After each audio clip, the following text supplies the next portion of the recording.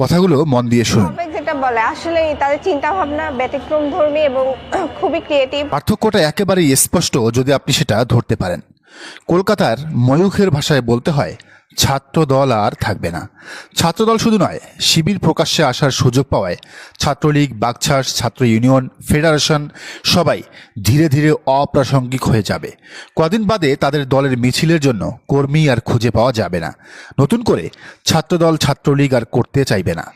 শেখ হাসিনা শাক দিয়ে দাবানল ঢাকতে চেয়েছিল, কিন্তু সুপ্ত থাকা ছাত্র শিবির আগ্নেয়গিরির মতো লাভা হয়ে ছড়িয়ে গেছে দেশের আনাচে কানাচে। দেখুন, ছাত্রলীগ একসময় বিশ্ববিদ্যালয় ক্যাম্পাসগুলোতে কেন এত কর্মী পেত জানেন? সহজ হিসাব, হলে থাকার একটা সিটের বিনিময়ে। এজন্য বছরের পর বছর ধরে সব সক্ষমতা থাকার পরও কোনো সরকার কিংবা বিশ্ববিদ্যালয়ের প্রশাসন সিট সমস্যার সমাধান করত না। চাইলেই ঢাকা বিশ্ববিদ্যালয়ে গণরুম নামক জেলখানা, যেখানে 4 জনের জায়গায় 40 জন গাদাগাদি করে ঘুমায়, সেটা কিন্তু বন্ধ করা যেত।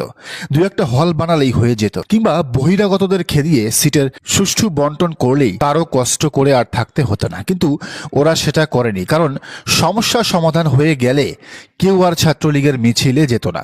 বিশ্ববিদ্যালয়ের পলিটিক্সটাই মূলত সিট পলিটিক্স। একজন আলাভোলা মেধাবী ছেলে খুনি হয়ে ওঠে এই সিট পলিটিক্সের কবলে পড়েই। বুয়েটের আবরারের ঘটনা যার জ্বলন্ত উদাহরণ। এখন 5 আগস্টের পর বিশ্ববিদ্যালয়গুলোতে এই সিট সংকট কেটে গেছে। হল প্রশাসনের মাধ্যমেই হচ্ছে সব সমস্যার সমাধান। ফলে যা হয়েছে তা হলো, সিটের জন্য ছাত্রলীগের মতো অনেকটা ক্ষমতাসীন দাবি করা ছাত্রদলের কোনো ভাইয়ের রেফারেন্স লবিংয়ের জন্য তোষামদি করা লাগছে না কারো। দলের মিছিলে যাওয়ার কোনো শর্ত নেই। হলে থাকতে হলে মিছিলে যেতেই হবে, এমন বাধ্যবাধকতা আর বিশ্ববিদ্যালয়গুলোতে নেই। তাই খেয়াল করলে দেখবেন, ক্যাম্পাসগুলোতে ছাত্রদলের মিছিলে লোকবল একেবারেই কম। সেই পুরনো আদুভাই কিংবা বহিরাগত টোকাই ধরে নিয়ে এসে সুরাউন্ড দিতে হয় তাদের। ঢাকা বিশ্ববিদ্যালয়ের দিকে খেয়াল করলেই দেখবেন এমন চিত্র।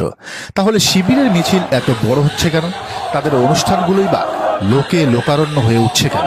তিল ধারণের জায়গা কেন হচ্ছে না নবীন বরণে? সহজ উত্তর, শিবিরের ওয়েলফেয়ার পলিটিক্স বা জনকল্যাণমুখী রাজনীতি। এই রাজনীতিটা বাংলাদেশের মানুষ, বিশেষ করে শিক্ষার্থীরা দেখে অভ্যস্ত নয়। শিবির তার প্রতিষ্ঠাকালীন সময় থেকেই এই রাজনীতিটা করে আসলো। গেল 17 বছর তা মিডিয়ায় আসেনি, মূলধারার গণমাধ্যমে প্রকাশ পায়নি। ফলে শিবিরকে কেবল রক কাটা সংগঠন হিসেবেই জানত দলটির সাথে যুক্ত না থাকা দেশের বেশিরভাগ ছাত্রছাত্রীরা। তো 5 আগস্টের পর যখন একের পর এক ওয়েলফেয়ার পলিটিক্সগুলো সামনে আসতে থাকলো, তখন শিবির হয়ে উঠল অপ্রতিরোধ্য ব্র্যান্ড। শিবিরের মাধ্যমেই হলের মেয়েরা জানলো, পলিটিক্স মানে শুধু মারামারি, মিছিল, মিটিং, মূল দলের তাবেদারি নয়। পলিটিক্স মানে হলে হলে পানির filter, sanitary napkin, first aid box, free health check up, এমন নানামুখী ভালো কাজ। শেহরিন আমিন, মোনামিদের মতো মডার্ন শহুরে নারীরা এতদিন শিবিরকে ভয়ঙ্কর হিসেবে জানলেও পরে দেখলো তার সবচেয়ে ভালো ছাত্রটা শিবিরের ঢাকা বিশ্ববিদ্যালয় শাখার সেক্রেটারি জেনারেল।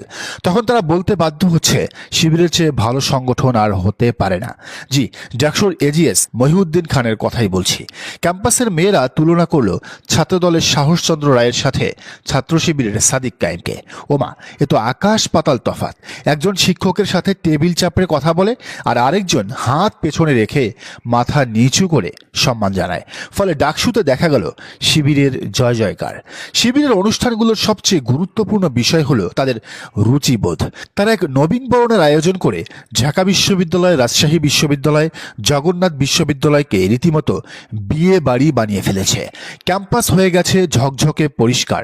তাছাড়া এক একজন নবীনকে তারা 8 থেকে 10টা পর্যন্ত আইটেমের গিফটের ব্যাগ দিচ্ছে, কেরিয়ার গাইডলাইন দিচ্ছে, বিশ্ববিদ্যালয়ে কোথায় কি সুবিধা পাওয়া যায়, কিভাবে সবকিছু আদায় করে নিতে হয় সে অধিকার সম্পর্কে প্রথম বর্ষের শিক্ষার্থীদের সচেতন করছে, কেরিয়ার গাইডলাইন দিচ্ছে। এমনকি ফার্স্ট ইয়ার থেকেই কি করে বিশ্ববিদ্যালয়ের দোকানগুলোতে পার্ট টাইম জব করে নিজের পড়াশোনার খরচ নিজে চালাতে হয় সে ব্যবস্থা করছে ইসলামী ছাত্র শিবির। এবার আপনি বলেন, আপনি আপনার সন্তান ভাই বোনদের শিবির করার জন্য উৎসাহ দিবেন, নাকি তারেক রহমানের বুকের বল জাতীয়তাবাদী ছাত্রবল করাবেন? আপনি না বললেও অবচেতন মনে তারা ঘুরে ফিরে শিবিরের তাঁবুর নিচেই ছায়া খুঁজবে। কারণ তারা যা চোখ দিয়ে দেখছে তা তাদের পার্থক্য করাতে শেখাচ্ছে কে ভালো আর কে খারাপ। ছাত্রলীগ ছাত্রদলে যখন হাসিনা তারেকের নামে স্লোগান দিয়ে মুখে ফেনা তুলতে হয়, তখন শিবিরে পাওয়া যায় ভবিষ্যৎ কেরিয়ার গড়ার জন্য নিজেকে প্রস্তুত করার সব ধরনের লজিস্টিক্স সাপোর্ট। অন্য দলে সিট দখলের রাজনীতি করতে গিয়ে যখন মারামারি কাটাকাটি করে হসপিটালের বাপের টাকায় চিকিৎসা নিতে হয়, তখন শিবির বিনামূল্যে ইবনে সিনা হসপিটালে ক্যাম্পাসের শিক্ষার্থীদের জন্য সব ধরনের টেস্টে দিয়েছে 50% ছাড়।